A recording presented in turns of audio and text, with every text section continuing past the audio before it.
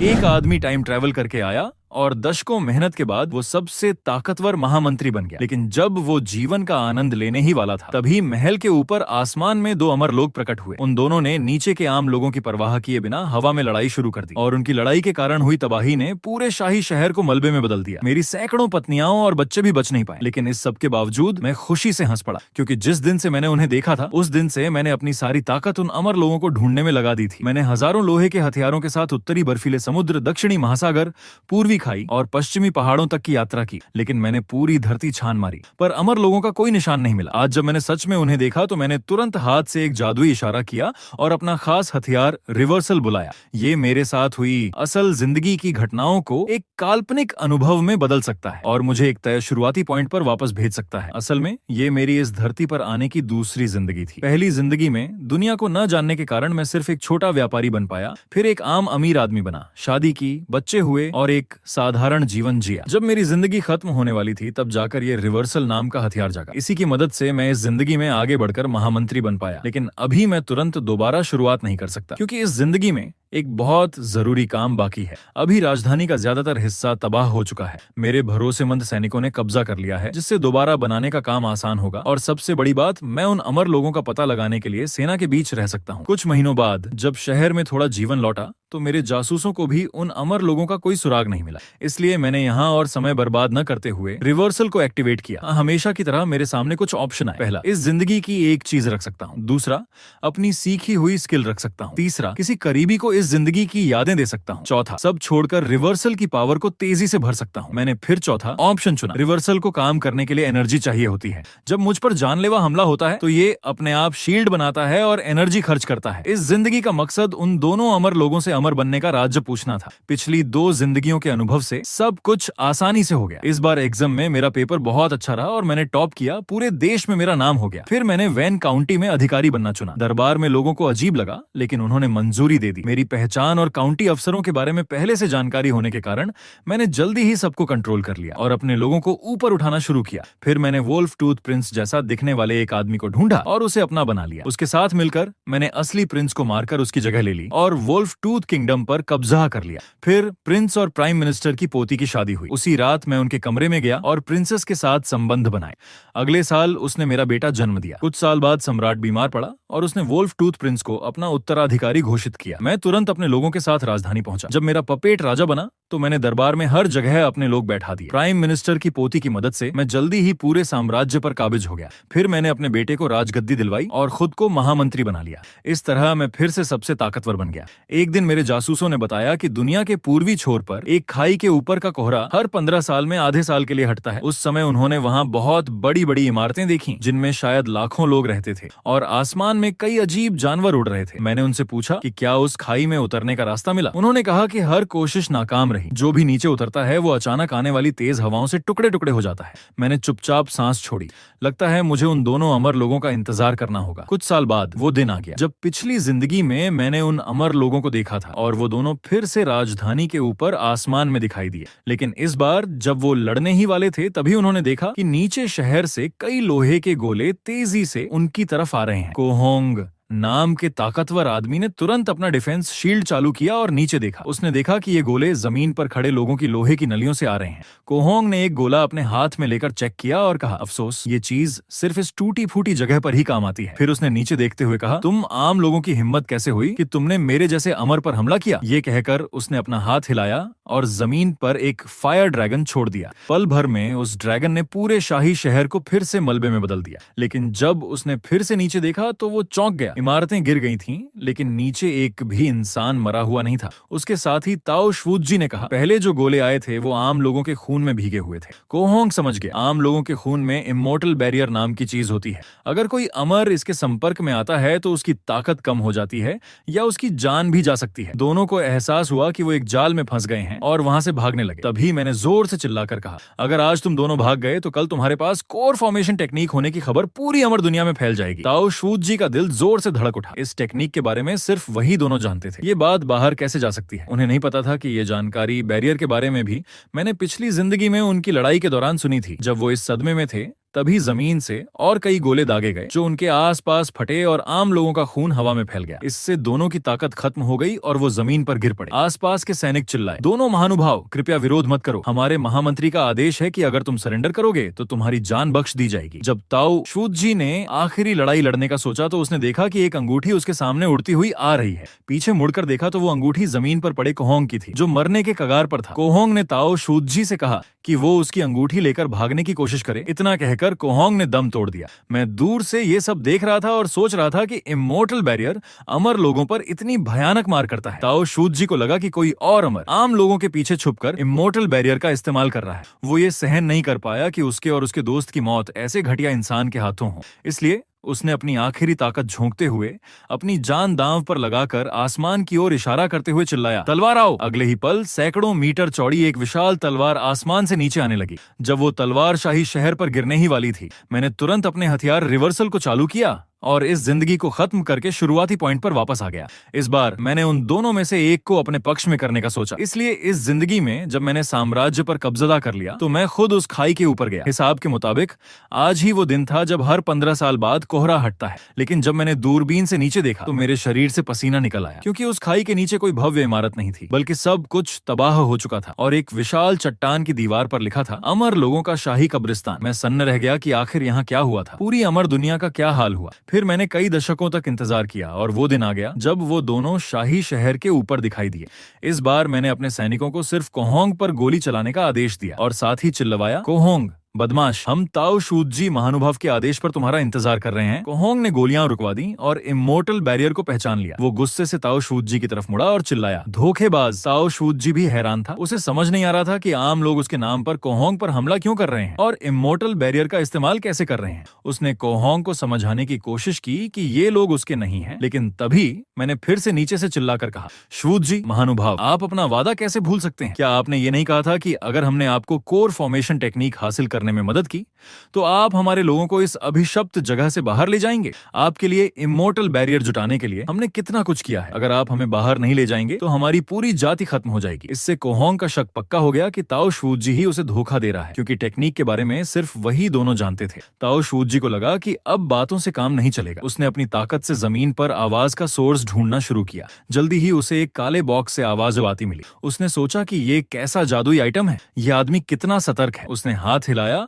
और उस बॉक्स को नष्ट कर दिया। इसी बीच कोहोंग भी उसका पीछा करते हुए वहां आ गया। वो चिल्लाया, ताओ शूजी, हम 100 साल से दोस्त हैं। मैंने कभी नहीं सोचा था कि तू ऐसा निकलेगा। ये कहकर उसने आग का एक विशाल स्तंभ ताओ शूजी की ओर फेंक दिया। ताओ शूजी भी पीछे नहीं हटा। उसने अपनी तलवार निकाली और उस आग के स्तंभ का सामना किया। तभी मैंने फिर से चिल्लाना शुरू किया, शूजी महानुभाव बार बार अपना मन बदलते हैं। अगर वो जीत गया तो हमारी जान नहीं बचेगी। सैनिकों सुनो, कोहोंग महानुभाव की ताओ शूजी से लड़ने में मदद करो। कोहोंग ने ये सुना तो खुश हो गया और बोला, जैसा कहा जाता है बुरा करने वाला बुरा ही पाता है। ताओ शूजी, तू हमेशा खुद को ईमानदार बताता था, लेकिन आज तुझे ही तेरे लोगों ने धोखा दिया। ताओ शूजी गुस्से से चिल्लाया, कोहोंग तू बेवकूफ है, हमें किसी ने फंसाया है। लेकिन कोहोंग ने एक न सुनी। ताओ शूजी ने एक जादुई इशारा किया और अपनी तलवार लेकर आसमान में उड़ गया। फिर उसने अपना खास अटैक किया और वो विशाल तलवार बुला ली। नीचे कोहोंग पीछे हटने वाला नहीं था। वो हमेशा से ताओ शूजी के इस हमले का सामना करना चाहता था। जब दोनों ने अपने अपने खास हमले एक दूसरे पर छोड़े, तभी मैंने अपने सैनिकों को ताओ शूजी पर गोली चलाने का आदेश दिया। गोलियां उसके आसपास फटी और इमोर्टल बैरियर से भर गईं। इससे उसकी ताकत कम हो गई और कोहोंग के हमले ने उसे पकड़ लिया। उसे बचने का मौका नहीं मिला और वो टुकड़े टुकड़े हो गया। आसमान की विशाल तलवार भी टूटकर बिखर गई। जब कोहोंग जमीन पर उतरा तो मैं तुरंत उसके सामने गया और उसे प्रणाम किया। मैंने उसे गुजारिश की कि वो मेरी पूरी जाति के हजारों लोगों की जान बचा ले। उसने मुड़कर पूछा, क्या वो चारों तरफ से आने वाली आवाज को तेरी ही थी? तू एक आम इंसान होकर हम अमरों की लड़ाई में कैसे दखल दे सकता है? मैंने कहा, महानुभाव, मैं तो सिर्फ अपने और अपने लोगों के लिए एक रास्ता ढूंढ रहा था। कोहोंग का दिल नरम पड़ गया। उसने कहा, इस दुनिया में हर कोई एक रास्ते के लिए ही तो जूझ रहा है। फिर मैंने कहा कि ताओ शूजी ने मुझसे वादा किया था कि अगर हम कामयाब हो गए तो वो हमें इस जगह से बाहर ले जाएगा। कोहोंग ने सांस छोड़ते हुए कहा, ताओ शूजी 100 साल से बाहर से वफादार लगता था। मैंने कभी नहीं सोचा था कि वो इतना नीच होगा कि आम लोगों को भी धोखा देगा। वो इमोर्टल किलर ट्रैप कितना खतरनाक है। हमें खुद उसे पार करने में बहुत मेहनत करनी पड़ती है। हम आम लोगों को कैसे बाहर ले जा सकते हैं? ये सुनकर मेरा दिल जोर से धड़क उठा। मैंने कहा, यहाँ बात करने की जगह नहीं है, और उसे एक अंडरग्राउंड सीक्रेट रूम में ले गया। मैंने पूछा, क्या ये सच है? कोहोंग ने कहा, मुझे तुझ जैसे आम इंसान से झूठ बोलने की क्या जरूरत है? शायद कोई कोर फॉर्मेशन लेवल का अमर आम लोगों को उस जाल से बचाकर ले जा सकता है। मैं टूटे मन से बोला, तो क्या हम आम लोगों के लिए इस दुनिया से बाहर निकलने की कोई उम्मीद नहीं है? कोहोंग ने कहा, इमोर्टल किलर ट्रैप पार किए बिना कोई इमोर्टल बैनिश्ड जोन से बाहर नहीं जा सकता। एक आम इंसान के बस की बात नहीं है। तू तो अब ज्यादा साल जीने वाला भी नहीं है। यहाँ एक छोटे राजा की तरह आराम से रहना बुरा थोड़ी है। मैंने फिर पूछा, अगर कोई आम इंसान आप जैसे फाउंडेशन एस्टेब्लिशमेंट लेवल तक पहुंच जाए तो क्या वो बाहर जा सकता है? कोहोंग हंस पड़ा और बोला, नामुमकिन है। इस जगह में स्पिरिट एनर्जी नहीं है, इसलिए यहाँ ट्रेनिंग नहीं हो सकती और आम लोगों के शरीर में बैरियर भरा होता है। तुम अमर कैसे बनोगे? आम लोग अगर ट्रेनिंग करना चाहें तो पहले बाहर जाकर अपना शरीर दोबारा बनाना होगा और अंदर का बैरियर साफ करना होगा, नहीं तो अमर बनने का रास्ता सामने हो तब भी तुम उसे देख सकोगे, छू नहीं पाओगे। ये सुनकर मैं इतना टूट गया कि मेरा पूरा शरीर कांपने लगा। मैंने उससे फिर पूछा, क्या सच में कोई रास्ता नहीं है? जैसे ही मैं कमरे से बाहर निकलने लगा, 2 मीटर मोटा पत्थर का दरवाजा जोर से बंद हो गया। तुरंत दीवारों से इमोर्टल बैरियर फुहारों की तरह निकलने लगा और कोहोंग को घेर लिया। आखिर में दरवाजे के अंदर से सिर्फ उसकी चीखें सुनाई देती रहीं। जब अमर और आम इंसान एक दूसरे के दुश्मन हो तो मैं एक आम इंसान होकर उसकी बातों पर पूरी तरह कैसे भरोसा कर सकता था? कोहोंग के बयान के मुताबिक ये जगह इमोर्टल बैनिश्ड जोन है। सब कुछ हजारों साल पहले प्राचीन अमर दुनिया में हुई एक बड़ी घटना से शुरू हुआ। शुरू में अमर लोगों ने आम लोगों में फैली बीमारी पर ध्यान नहीं दिया, जब तक एक अमर भी उस बीमारी की चपेट में नहीं आ गया। वो बहुत ताकतवर हो गया और पूरी अमर दुनिया में फैलने लगा। ज्यादा समय नहीं लगा और वो स्पिरिट एनर्जी के जरिए, जिसके बिना अमर रह नहीं सकते, पूरी अमर दुनिया में फैल गया। इस बीमारी से संक्रमित अमर हल्के केस में अपनी ताकत खोने लगे और गंभीर हालत में रातों रात सारी ताकत खोकर आम इंसान जैसे हो गए और फिर मर गए। हताश अमरों ने अपना गुस्सा आम लोगों पर निकाला। बड़े पैमाने पर कत्लेआम हुआ, लेकिन कुछ समय बाद रुक गया, क्योंकि उन्होंने देखा कि आम लोगों के मरने से बीमारी खत्म नहीं हुई, बल्कि वो और तेजी से स्पिरिट एनर्जी में फैलकर अमरों को मारने लगी। फिर भी अमर हार मानने वाले नहीं थे। कुछ अमरों ने इलाज या बचाव का तरीका ढूंढना शुरू किया। दूसरे अमरों ने एक बदनाम ग्रेट माइग्रेशन की योजना बनाई। उन्होंने अमर दुनिया के सभी आम लोगों को आसपास की उन छोटी दुनियाओं या टूटे हुए आयामों में भेज दिया जहां स्पिरिट एनर्जी नहीं थी। फिर उन्होंने जादुई जाल बनाए ताकि आम लोग कभी वापस ना आ सकें। शुरू में अमर दुनिया में कोई आम इंसान नहीं बचा था, लेकिन अमरों के सभी बच्चे अमर नहीं होते। समय के साथ फिर से कई आम बच्चे पैदा हुए। अगर ये बच्चे अमर बनना चाहते तो पहले अपने शरीर के अंदर का बैरियर साफ करना पड़ता। धीरे धीरे ये बैरियर अमर और आम के बीच फर्क की पहचान बन गया। सब इसे इमोर्टल बैरियर कहने लगे। कोहोंग की बातें पढ़कर मेरे हाथ कांपने लगे। इमोर्टल बैनिश्ड जोन शायद बहुत सारे हैं और इन जगहों में आने का रिस्क लेने वाले अमर बहुत कम हैं। मेरा 2 अमरों से मिलना ही बहुत बड़ी बात थी। एक आम इंसान होने के नाते मेरी उम्र सीमित है। भले ही मैं रिवर्सल से बार बार अनुभव ले सकता हूँ, लेकिन वो भी मेरी उम्र की सीमा के अंदर ही होगा। इस साल मैं 70 साल का हूँ। एक आम इंसान की ज्यादा से ज्यादा उम्र 86 साल होती है। इन 16 सालों में किसी और अमर से मिलने की संभावना लगभग 0 है, लेकिन मैं कभी भी इस आम जिंदगी को बार बार जीने के लिए तैयार नहीं हूं। तभी मुझे एक जरूरी बात याद आई। मैं तुरंत जेल की कोठरी में गया और कोहोंग से पूछा, सबसे पहले वो आम लोग इस इमोर्टल बैनिश्ड जोन में आए कैसे? कोहोंग ने कहा, तू अभी भी हार नहीं मान रहा? तू बाहर गया भी तो क्या करेगा? 70 साल का हो गया है, क्या अब भी अमर बनना चाहता है? मैंने कहा, अभी आपकी सारी ताकत खत्म हो चुकी है। अगर आप अमर दुनिया में वापस गए तो क्या आप फिर से ट्रेनिंग कर सकते हैं? मैंने वादा किया कि अगर वो मुझे अमर दुनिया में जाने का रास्ता दिखा देगा तो मैं उसे भी अपने साथ वापस ले जाऊंगा। कोहोंग गुस्से से बोला, धोखेबाज, तू मुझे फिर से फंसाने की कोशिश मत कर। मैंने कहा, सच हो या झूठ, ये एक उम्मीद तो है। क्या आप अपनी बाकी जिंदगी इसी कोठरी में बिताना चाहेंगे? मजबूरी में, कोहोंग ने बताया। शायद उन दिनों उन्होंने नो रिटर्न फ्लाइंग शटल जैसे जादुई आइटम का इस्तेमाल किया होगा। पुराने जमाने में अमर दुनिया में बहुत लोग थे, संप्रदाय फल फूल रहे थे, ऐसे ट्रांसपोर्ट आइटम आम थे। लेकिन बाद में दुनिया बदल गई। अमर लोग हर समय अपनी सुरक्षा को लेकर सतर्क रहने लगे, अकेले रहने लगे। नो रिटर्न फ्लाइंग शटल जैसी चीजें कम होती चली गई। मैंने पूछा, आपका मतलब है कि दुनिया में आया बड़ा बदलाव वही बीमारी थी, है ना? कोहोंग ने कहा, ये इमोर्टल बैरियर भले ही अजीब है, लेकिन इसने अमरों की नींव नहीं हिलाई। वो इसलिए फैला क्योंकि एक बड़ी आपदा में दुनिया के आधे से ज्यादा अमर मारे गए थे। उसकी ये बात सुनकर मुझे याद आया कि ताओ शूजी से लड़ते समय उसने कहा था, कोर फॉर्मेशन के रास्ते में या तो मैं रहूंगा या वो। इस दुनिया में कोर फॉर्मेशन के कई तरीके हैं, लेकिन फाउंडेशन एस्टेब्लिशमेंट लेवल पर अटके अमर और भी ज्यादा हैं। मैंने पूछा, क्या वो बड़ी आपदा यही थी कि एक ही अमर विद्या एक साथ 2 लोग नहीं सीख सकते? कोहोंग ने कहा, हाँ, कहा जाता है कि पुराने जमाने में ऐसी कोई रोक नहीं थी। तब बहुत से बड़े अमर संप्रदाय थे जो शिष्य बनाते और विद्या सिखाते थे। अमरों के गुरु होते थे जो मुश्किल वक्त में रास्ता दिखाते थे। एक ही विद्या सीखने वाले गुरु भाई आपस में चर्चा और अभ्यास कर सकते थे। पूरी अमर दुनिया कितनी जिंदा और समृद्ध थी। लेकिन एक दिन अमरों ने महसूस किया कि उनकी विद्या सीखने की रफ्तार धीरे धीरे कम हो रही है। यहाँ तक कि अभ्यास करते समय उन्हें महसूस होने लगा कि दुनिया में और कौन कौन वही विद्या सीख रहा है। तब उन्हें एक डरावनी सच्चाई पता चली। एक ही विद्या जितने ज्यादा लोग एक साथ सीखते हैं, उस विद्या को सीखने की रफ्तार सबकी उतनी ही कम हो जाती है। अनगिनत अमरों की ताकत बढ़नी बंद हो गई। जब उनकी उम्र खत्म होने वाली वाली थी तो वे अपने मन में छुपी हिंसा को रोक नहीं पाए। पहले के गुरु, शिष्य, गुरु भाई बहन सब एक दूसरे के दुश्मन बन गए और इस तरह पूरी अमर दुनिया में एक भयानक तबाही शुरू हो गई। अगर दो लोग एक ही विद्या सीखते हैं तो वे रास्ते के दुश्मन हैं और उनमें से एक का मरना तय है। भले ही कोई घने जंगलों में छुपकर चुपचाप अभ्यास करना चाहे, वो भी नहीं बच सकता, क्योंकि एक ही विद्या सीखने वाले अमर एक दूसरे की लोकेशन महसूस कर सकते हैं। उसकी कहानी सुनकर मैंने पूछा, तो अब अमर लोग कैसे ट्रेनिंग करते हैं? आज की अमर दुनिया कैसी है? कोहोंग ने कहा, आज की अमर दुनिया में अगर कोई अमर बनना चाहता है तो उसके सामने लगभग दो ही रास्ते हैं। पहला रास्ता है 10,000 इमोर्टल्स अलायंस में शामिल होना। ये कई अमर लोगों का एक संघ है। इसमें आप अपने कंट्रीब्यूशन पॉइंट्स के बदले जरूरी नॉलेज और रिसोर्स पा सकते हैं। ये पॉइंट्स आप कोई काम पूरा करके या दूसरों के साथ ट्रेड करके कमा सकते हैं। दूसरा रास्ता है 5 एल्डर्स काउंसिल में शामिल होना, जिसे 5 सबसे ताकतवर लोगों ने बनाया है। उनकी पावर बहुत ज्यादा है। अगर आप में कल्टीवेशन की काबिलियत है तो आप अपनी मर्जी से उनमें शामिल हो सकते हैं। इसकी कीमत यह है कि आपको एक सोल कॉन्ट्रैक्ट साइन करना होगा और एक तय समय तक काउंसिल की सेवा करनी होगी। मैंने उसकी बात सुनकर कहा, ऐसा लगता है कि अमर दुनिया में नॉलेज इतनी दुर्लभ भी नहीं है। कोहोंग ने मुझे बताया, वे ज्यादातर अधूरी टेक्निक्स हैं। भले ही बड़ी संस्थाओं ने उन्हें दोबारा लिखा है, लेकिन उनसे सिर्फ क्यूई रिफाइनमेंट लेवल तक ही पहुंचा जा सकता है। आगे बढ़कर फाउंडेशन एस्टैब्लिशमेंट के लिए नई लेवल की टेक्निक्स चाहिए। फाउंडेशन एस्टैब्लिशमेंट के ऊपर भी यही हाल है। कोर फॉर्मेशन की टेक्निक्स तो लगभग लेजेंड जैसी हैं। मैंने पूछा, अगर बार बार टेक्निक्स बदलनी पड़े तो क्या हर लेवल पार करने पर नई टेक्निक शुरू से सीखनी पड़ेगी? कोहोंग ने कहा, हर कल्टीवेटर को प्राइमर्डियल ट्रू स्क्रॉल के अधूरे हिस्से का अभ्यास करना ही पड़ता है। ये कोई टेक्निक नहीं बल्कि एक सीक्रेट टेक्निक जैसी चीज है। इसका काम यह है कि कल्टीवेटर अपना लेवल बिना ज्यादा नुकसान के रीसेट कर सकता है।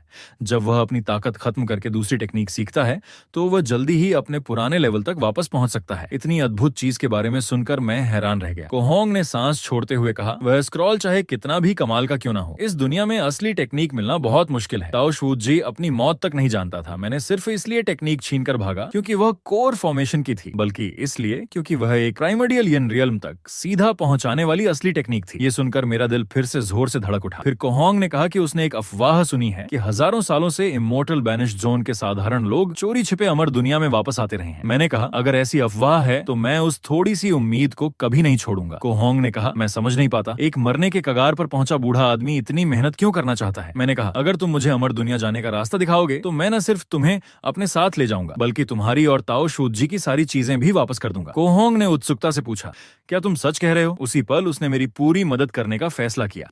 अगले दिनों में कोहोंग की मदद से मैंने दुनिया भर के हिस्टोरिकल रिकॉर्ड इकट्ठे किए ताकि प्राचीन लेखों के छोटे छोटे हिस्सों से उस ग्रेट माइग्रेशन के समय के सुराग मिल सकें। साथ ही मैंने सेना की मदद से बड़े पैमाने पर पुरानी कब्रें खुदवाईं ताकि कुछ क्लू मिल सकें। भले ही इससे लोग नाराज हुए और अफसर रोज मुझे रोकने की कोशिश करते, लेकिन मैंने सबको दबा दिया। मगर 16 साल बाद जब मेरी मौत नजदीक आ गई तब भी मुझे कुछ नहीं मिला। अब यह शरीर किसी भी पल मर सकता था, इसलिए इस जिंदगी के खत्म होने से पहले मैं उस स्टोरेज रिंग में रखी चीजों को चेक करना चाहता था। पहली थी कोहोंग की वह किताब प्राइमर्डियल इन रियल्म की टेक्निक। अफसोस मैं एक साधारण इंसान था, मेरे पास स्पिरिचुअल सेंस भी नहीं था। ये किताब देखकर ऐसा लगा जैसे खजाने के पहाड़ के सामने खड़ा हूं, लेकिन उसका फायदा नहीं उठा सकता। रिंग में ताओ शूजी की वह लॉन्ग स्वॉर्ड भी थी। कोहोंग के अनुसार जब कोई कल्टीवेटर मर जाता है तो उसकी लाइफ बाउंड आर्टिफैक्ट भी उसके साथ ही नष्ट हो जाती है। लेकिन तभी सिस्टम ने एक नोटिफिकेशन दिखाया जिसने मुझे उम्मीद दी। स्क्रीन पर एक ऑप्शन आया, क्या मैं इस लॉन्ग स्वॉर्ड को एनर्जी देना चाहता हूँ? बिना सोचे मैंने हाँ कहा। रिवर्सल से मिली जानकारी के अनुसार जब एनर्जी 100% हो जाएगी तो दूसरा एंकर पॉइंट खुलेगा। इससे मैं किसी भी एंकर पॉइंट से दोबारा शुरुआत कर सकूंगा। ये सोचकर मैंने वो आइटम रख लिया और रिवर्सल वेपन एक्टिव किया। पिछली बार की तरह मेरे सामने 4 ऑप्शन आए, लेकिन इस बार मैंने सिमुलेशन की एक चीज रखने का ऑप्शन चुना। अगले ही पल मेरी आइटम लिस्ट में रखे सभी कीमती सामान सामने आ गए। आखिरकार मैंने उस प्राइमर्डियल इन टेक्निक के स्क्रॉल को चुना। जैसे ही मेरी पसंद पूरी हुई, मेरी पर्सनल इंफॉर्मेशन में एक बाउंड आइटम प्रॉपर्टी जुड़ गई। इसका मतलब था कि यह टेक्निक हमेशा के लिए रिवर्सल में सुरक्षित रहेगी। पिछली जिंदगी में अमर दुनिया का रास्ता ढूंढने के लिए मैंने जिस तरह बड़े पैमाने पर कब्रें खुदवाई थीं, वह बहुत जल्दबाजी भरा था। मेरी सत्ता पर इतना कंट्रोल होने के बावजूद बहुत विरोध हुआ था। अगर इस जिंदगी में मैं शुरुआत से ही प्लान बनाऊं तो शायद लोगों की सोच बदली जा सके। इसलिए इस बार मैंने चुपचाप कई चीजों में बदलाव किए। एंकर पॉइंट के 5वें साल में फैंगो स्कूल ऑफ थॉट अचानक मशहूर हुआ। इस स्कूल ने कई प्राचीन किताबें लेकर सम्राट से मुलाकात की। किताबें इतनी शानदार थीं कि पूरी दुनिया हिल गई। एंकर पॉइंट के 6ठे साल में सम्राट गंभीर रूप से बीमार हो गया और उसके डॉक्टर कुछ नहीं कर पाए। तभी फैंगो स्कूल एक एलिक्सिर लेकर राजधानी पहुंचा। जब सम्राट ने उसे खाया तो कुछ दिनों में वह पूरी तरह ठीक हो गया। एंकर पॉइंट के 11वें साल में जियांगहुई प्रांत में कब्रों की चोरी का एक बड़ा केस सामने आया और 100 से ज्यादा लोग पकड़े गए। गवर्नर ली फेन ने फैसला नहीं लिया और तुरंत राजधानी को खबर भेजी। 1 महीने बाद सम्राट का हुक्म आया, उन्हें मौत की सजा नहीं बल्कि गुलाम बनाकर राजधानी लाया जाए। एंकर पॉइंट के 15वें साल में सम्राट फिर बीमार पड़ा और एलिक्सिर ढूंढने के लिए उसने हजारों सैनिक भेजकर पुरानी कब्रें खुदवाईं। अफसोस, एलिक्सिर नहीं मिला और सम्राट की मौत हो गई। लेकिन दुनिया में पुरानी कब्रें ढूंढने का चलन बढ़ गया। मरने से पहले सम्राट ने वोल्फ टूथ प्रिंस को अपना उत्तराधिकारी बनाया। इस तरह मैं फिर से पूरे साम्राज्य पर छा गया। एंकर पॉइंट के 23वें साल तक जैसे जैसे कब्रें मिलती गईं, इतिहास के खोए हुए हिस्से भरते गए। सबसे पुराना राजवंश जो मिला उसका नाम था क्यूई। फिर मैंने घोषणा की कि जो कोई क्यूई राजवंश की कब्र ढूंढेगा उसे शाही खिताब दिया जाएगा। एंकर पॉइंट के 25वें साल में एक क्यूई राजवंश के पहले सम्राट यी शिंग की कब्र आखिरकार मिल गई। मैंने तुरंत उसे खोदने का आदेश दिया। मुख्य रास्ता सैकड़ों मीटर लंबा था और दीवारों पर बने चित्र हजारों साल बाद भी साफ दिख रहे थे। मुख्य कक्ष में पहुंचकर देखा कि वह 40-50 मीटर ऊंचा और कई मीटर चौड़ा था। छत पर तारों जैसी बनावट थी जिसमें हजारों नाइट शाइनिंग पर्ल जड़े थे। वहां बादलों का समंदर था जिसमें कई पहाड़ियां दिख रही थीं। ये बादल कैसे बने थे पता नहीं, लेकिन हजारों साल बाद भी वहीं थे और हिलते नहीं थे। हर पहाड़ी के बीच एक अदृश्य पुल था। सबसे ऊंची पहाड़ी पर पहुंचकर देखा तो वहां एक बहुत साधारण सी घास फूस की झोपड़ी थी। पास जाकर देखा तो पता चला कि वह घास सोने के तारों से बनी थी। मैंने तुरंत एक गार्ड को दरवाजा खोलने भेजा। खतरे की पुष्टि न होने पर मैं अंदर गया। अंदर रखी चीजें देखकर मैं हैरान रह गया। कमरे के बीच में एक एस्पिरिट टैबलेट रखा था जिस पर लिखा था ताइयान स्कूल, आउटर डोर डिसिपल, यी शिंग का मकबरा। लगता था कि यह आदमी ताइयान स्कूल नाम के संप्रदाय में शामिल तो हुआ था, लेकिन मरते तक सिर्फ बाहरी शिष्य ही रहा और अमर नहीं बन पाया। आखिरकार अमर लोगों ने उसे यहाँ भेज दिया। मरते समय उसे अपने संप्रदाय की याद आई, इसलिए उसने अपने लिए सम्राट की उपाधि नहीं बल्कि ताइयान स्कूल का बाहरी शिष्य लिखवाया। शायद यह यी शिंग ताइयान स्कूल के अमर लोगों के कहने पर इस ग्रेट माइग्रेशन के काम में लगा था। फिर मैंने मुख्य कक्ष में और खोज की। नो रिवर्स फ्लाइंग शटल जैसा कोई मैजिकल आइटम नहीं मिला तो मैं महल वापस लौट आया। कुछ दिन बाद खबर आई कि दफन सामान की लिस्ट में नो रिवर्स फ्लाइंग शटल का जिक्र मिला है, लेकिन वह कब्र तो हजारों साल पहले ही लूट ली गई थी। ये सुनकर मैं इतना गुस्से में आया कि मेज पलट दी। मैं हर बार थोड़ी सी उम्मीद दिखने और फिर टूट जाने से तंग आ चुका था। गुस्सा निकालने के बाद मैंने घोषणा की कि जो कोई इमोर्टल लैंड से जुड़ा कोई भी सुराग देगा उसे 1000 हाउस होल्ड मार्क्विस बनाया जाएगा। एंकर पॉइंट के 35वें साल में आखिरकार खबर आई कि एक इमोर्टल की कब्र मिली है। गुप्तचर ने बताया कि कुछ दिन पहले कुछ लोग एक साधारण कब्र खोद रहे थे, तभी अंदर से एक अजीब ताकत निकली जिससे वे घायल हो गए। ये सुनकर मैंने तुरंत इमोर्टल बैरियर लेकर कब्र खोलने का आदेश दिया। मेरी अगुवाई में खून छिड़का गया। जो मजबूत डिफेंस था वह खून छूते ही राख बन गया।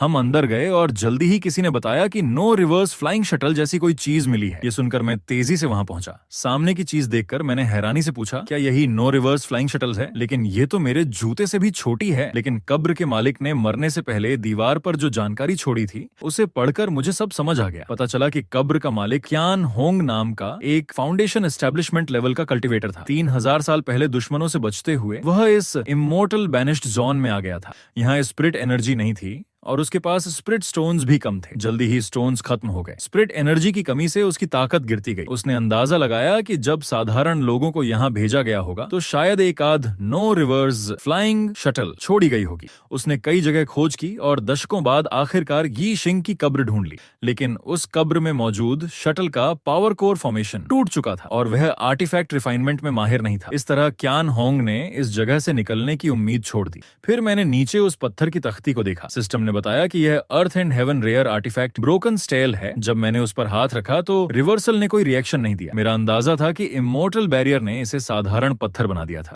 फिर मैंने उसकी दूसरी चीजें उठाई। एक थी स्मॉल रिंग ट्रू इनसाइट नाम की क्यूई रिफाइनमेंट टेक्निक जिस पर लिखा था वर्तमान अभ्यासी 1। दूसरी थी क्लाउड वाटर पाथ नाम की फाउंडेशन एस्टेब्लिशमेंट टेक्निक जिस पर भी लिखा था वर्तमान अभ्यासी 1। ये देखकर कि कोई इन टेक्निक्स का अभ्यास कर रहा है मुझे लगा कि यह कोई जाल है, लेकिन फिर सोचा तो लगा कि ऐसा नहीं है। इतने 1000 साल बीत चुके थे, न सिर्फ फाउंडेशन एस्टेब्लिशमेंट बल्कि कोर फॉर्मेशन लेवल का कल्टिवेटर भी कब का मर चुका होगा। तभी मुझे ख्याल आया, क्या इन टेक्निक्स की ओरिजिनल कॉपी होती है? उस बड़ी तबाही के बाद कई टेक्निक्स को 10,000 इमोर्टल्स अलायंस और 5 एल्डर्स काउंसिल जैसी बड़ी संस्थाओं ने दोबारा लिखा था, तो जरूर ओरिजिनल कॉपी रही होगी। बड़ी संस्थाएं जब देखती होंगी कि कोई टेक्निक बेकार पड़ी है तो उसे निकाल कर किसी और को दे देती होंगी। शायद इन 3000 सालों में ये दोनों टेक्निक्स कई लोगों के हाथ लग चुकी हों। और आखिरी चीज थी वही नो रिवर्स फ्लाइंग शटल जिसकी मुझे सबसे ज्यादा तलाश थी। भले ही वह टूटी हुई थी लेकिन चिंता की बात नहीं थी। क्यान होंग नहीं ठीक कर पाया, ली फेन मैं भी नहीं कर सकता,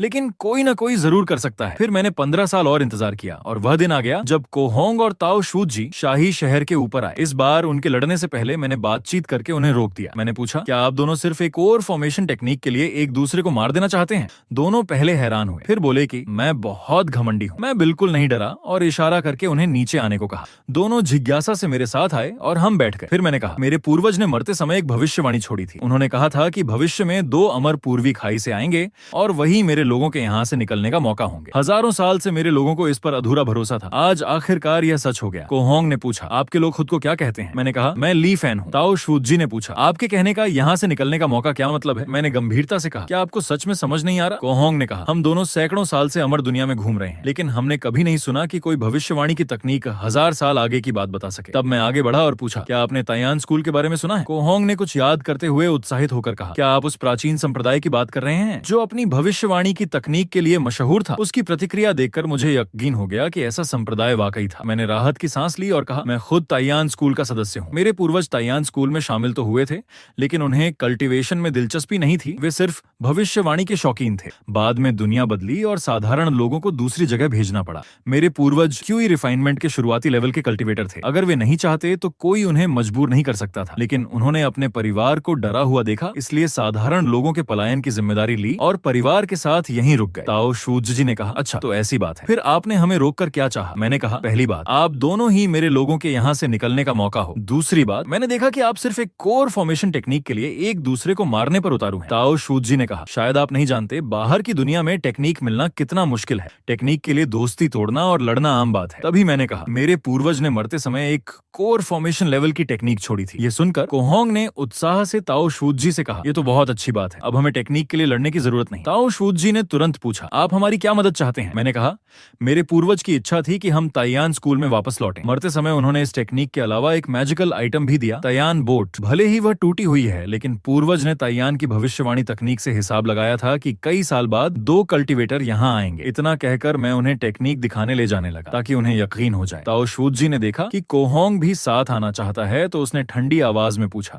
तुझे तो एक कोर फॉर्मेशन टेक्निक मिल गई है, फिर और क्या चाहिए? ये सुनकर कोहोंग घबरा गया और बोला कि वह नहीं जाएगा। ये देखकर मेरे होंठों पर एक शरारती मुस्कान आ गई। जब मैं ताओ शूजी को गुप्त कमरे के दरवाजे तक ले गया तो वह रुक गया। उसने देख लिया कि अंदर चारों तरफ जान ले लेने वाला इमोर्टल बैरियर है। मैंने कहा, साधारण लोग होने के नाते हमें सतर्क रहना पड़ता है। अपने परिवार की कीमती चीजों की रक्षा के लिए हमें ऐसा करना पड़ा। ये कहकर मैं अंदर से एक टेक्निक की किताब निकाल लाया। वह वही किताब थी जो पिछली जिंदगी में मुझे कोहोंग से मिली थी। जब उसने देखा कि यह प्राइमर्डियल यिन टेक्निक है तो उसका पूरा शरीर कांपने लगा। उसकी हालत देखकर मुझे समझ आ गया कि उसे पता ही नहीं था कि कोहोंग के पास ये टेक्निक थी। मैंने समझाया, पहले कोहोंग यहाँ मौजूद थे, मुझे डर था कि कहीं वे बुरी नीयत से कुछ न कर दें, इसलिए मैंने इसे सिर्फ कोर फॉर्मेशन टेक्निक बताया। ताओ शूजी ने तुरंत मुझे धन्यवाद दिया और वादा किया कि वह कोहोंग को तायान बोट ठीक करने के लिए मना लेगा। मैंने खुशी से कहा, अगर ऐसा हो गया तो मैं ये टेक्निक आपके हाथों में सौंप दूंगा। जब हम महल लौटे तो ताओ शूजी ने कोहोंग को बताया कि मेरे पास सच में कोर फॉर्मेशन टेक्निक है। कोहोंग ने कहा, तो फिर सीधे टेक्निक छीनकर भाग क्यों नहीं जाते? इतने साधारण लोग हमें कैसे रोकेंगे? ताओ शूजी ने कहा, यह आदमी तायान स्कूल का वंशज है, उसकी डरावनी भविष्यवाणी तकनीक तूने देखी ही है, हो सकता है उसके पास और भी तरीके हों। उसने कोहोंग को समझाया कि बस तायान बोर्ड ठीक कर देनी चाहिए, ये कोई बहुत मुश्किल काम नहीं है।